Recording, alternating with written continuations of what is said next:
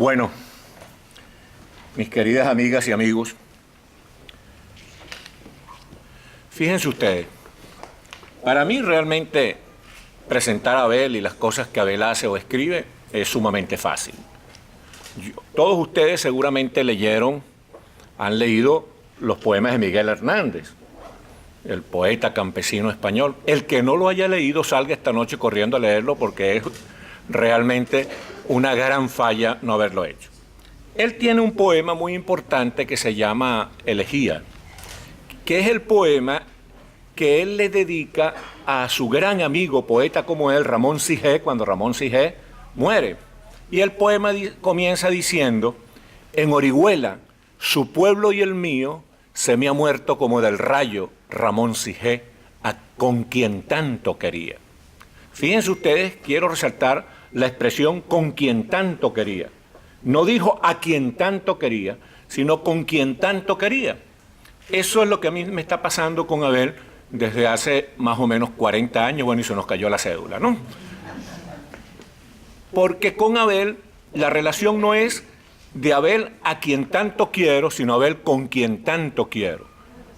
Con quien tanto he compartido muchas experiencias, con quien tanto he compartido los compromisos del amor al prójimo, con quien tanto he compartido vivencias políticas, literarias, humanas, amistades y hasta mujeres.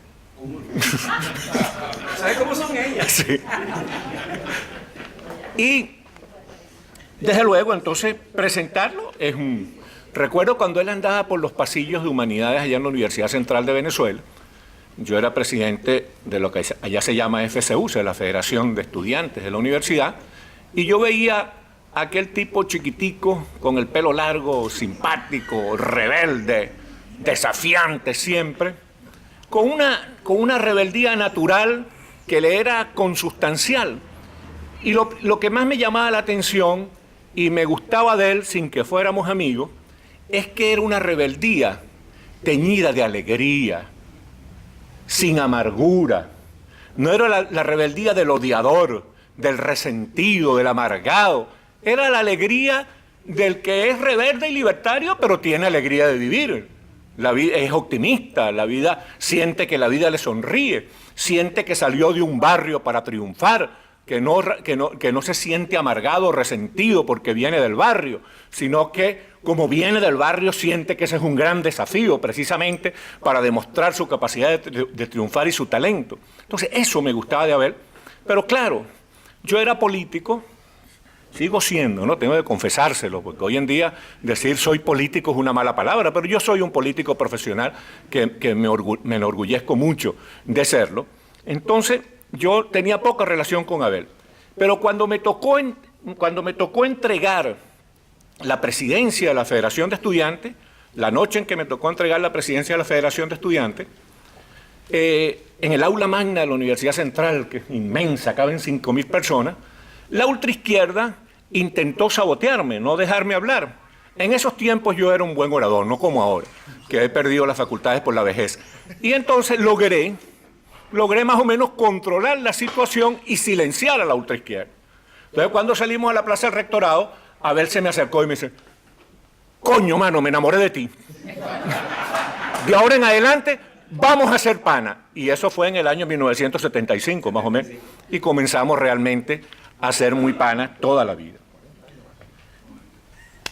Y entonces, en la medida en que nos fuimos haciendo amigos, me fui dando cuenta que ese loquito peludo, simpático, agitado, tremendista, era un buen escritor. En la medida en que me enseñaba las cosas que escribía, decía: coño, pero este tipo tiene talento, mano. Aquí hay algo, aquí va a pasar algo con este. Sí, no es tan loquito como lo estábamos viendo. Aquí va a pasar algo, exactamente, como dice Yolanda. No es tan loquito, aquí va a pasar algo. Porque yo veía que yo me precio de tener cierta comprensión de las cosas literarias. No soy un buen escritor yo, pero sé descubrir cuándo alguien es un buen escritor. Entonces, aquí va a pasar algo, este tipo escribe bien. Y de repente ocurrió que Abel ganó el premio Monte Ávila de ensayos, que ratificó la idea que tenía, que estábamos frente a un buen escritor. El premio Monte Ávila de ensayo, Abel lo ganó con un ensayo sobre Juan Rulfo. Si mal no recuerdo, Rulfo y el Dios de la Memoria, ¿no? Rulfo y el Dios de la Memoria. Oye, un ensayo realmente sobre un escritor tan complicado, de tanta proyección universal como Juan Rulfo, hecho con mucho profesionalismo. Incluso tengo entendido que para la época era el primer ensayo realmente serio, riguroso, apreciable que se había hecho para la época. Y Rulfo, mire, si uno lee Pedro Páramo, por ejemplo, uno siente escalofríos, se le paran los pelos de punta de ver el protagonismo de la muerte y la violencia en ese estallido poético tan extraordinario de un escritor como Juan Rulfo, que le bastaron 2 libros para convertirse en un escritor universal. Entonces bueno, está bien. Me sentí un poquito de satisfacción conmigo mismo porque dije, no es amiguismo, realmente el tipo es un buen escritor. Pero ocurre las cosas que ocurren. Hay un libro de un escritor norteamericano que se llama John Kennedy O'Toole, que murió, un libro que vale muchísimo la pena leer, que se llama La Conjura de los Necios. Y John Kennedy O'Toole llamó su libro La Conjura de los Necios, porque él fue una persona desconocida por los editores. Es decir, no llegó a tener, sino después de muerto, la importancia extraordinaria que hoy se le reconoce como uno de los escritores fundamentales del siglo XX norteamericano. Pero él llamó su libro La Conjura de los Necios porque un escritor irlandés muy importante que se llama Jonathan Swift decía que uno descubre que un genio apareció sobre la faz de la tierra por una señal muy sencilla, y es que todos los necios se conjuran contra él. Todos los necios comienzan a tratar de hacerle daño. Bueno, durante la democracia civil, de grata recordación para nosotros, pero donde también cometimos errores y algunos gruesos, ocurría que los escritores libertarios, los escritores independientes, los escritores que no pertenecían, Emilio, a una rosca cultural, sencillamente eran rechazados, no se les reconocía. Y Abel, con ese espíritu libertario, autonómico, con ese desafío cotidiano que eran sus vivencias, no quería pertenecer a ninguna de esas roscas culturales. Entonces, durante el periodo de la democracia civil, él no se le reconoció el escritor que era.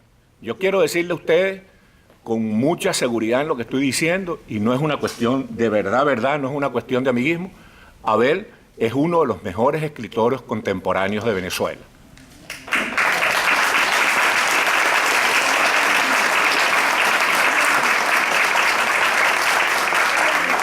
Y no se le reconoció. Bueno, ahora imagínense ustedes, en esta pesadilla en que estamos viviendo, en que ya en Venezuela no hay cultura, sino unos comisarios policiales tratando de meter la cultura en un cinturón que tortura la creatividad de los autores, en este ultraje a la democracia que estamos viviendo, muchísimo menos va a ser reconocido Abel.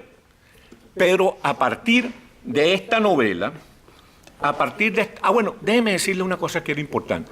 Fíjense ustedes, el que fue, menos mal que vi para acá el papelito, la chuleta, ¿no? Porque el que fue quizá el más importante escritor venezolano en la segunda mitad del siglo XX, sí reconoció la importancia de Abel como escritor. Este hombre escribió la novela de más proyección internacional que se escribió en Venezuela en el siglo XX, que se llamó País Portátil. El escritor es Adriano González León, y Adriano González León sí reconoció la importancia de Abel como escritor, al extremo que le pidió a Abel que escribiera el prólogo de uno de sus libros.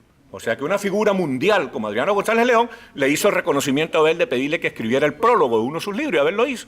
Y había unos jodedores ahí en la República del Este que le decía, para echarle broma, a Adriano le decía: oye, Adriano, tremendo libro el que le pegaste al prólogo de Abel Ibarra, ¿oíste? Entonces, bueno, ¿por dónde iba? Bueno, entonces les decía que este libro, que ha costado tanto trabajo lograr que se publicara, sí va a revelar y sí va a poner en evidencia la capacidad de Abel como escritor. El libro es un libro muy sencillo. Es la saga de un grupo de amigos que protagonizaron la vida cultural, la vida política en general, lo más efervescente y lo más llamativo y lo más grato de la vida de los últimos años de la democracia civil, y ese grupo de amigos que tuvo que darse a la fuga del país aventado por la represión de todo tipo que se ha apoderado de cada uno y todos los pliegues de nuestra patria. Entonces, ese es el cuento, ese es el cuento. Pero de tanto ser un cuento intimista y localista, precisamente por el tratamiento del relato, el cuento adquiere, como suele suceder, una proyección universal, se vuelve universal. Si lo local da el salto hacia lo universal. Es una escritura tranquila, fluida. Yo diría que es una escritura que no enaltece la necedad, pero que sí sensualiza la trivialidad, que logra realmente convertir lo cotidiano, lo pequeño, lo aparentemente mediocre, lo aparentemente promedio, logra convertirlo en algo trascendente, con una escritura muy profesional, muy refinada, de mucho aliento poético. De verdad que vale la pena leer este libro, que revela la ilusión libertaria de amigos, algunos todavía en rol protagónico y otros desaparecidos, que no renunciaron ni renunciarán nunca a el sueño de rescatar la democracia ultrajada en nuestro país. Bueno, esta escritura atrevida, poética, de Balseros del Aire, es la novela de Abel Ibarra.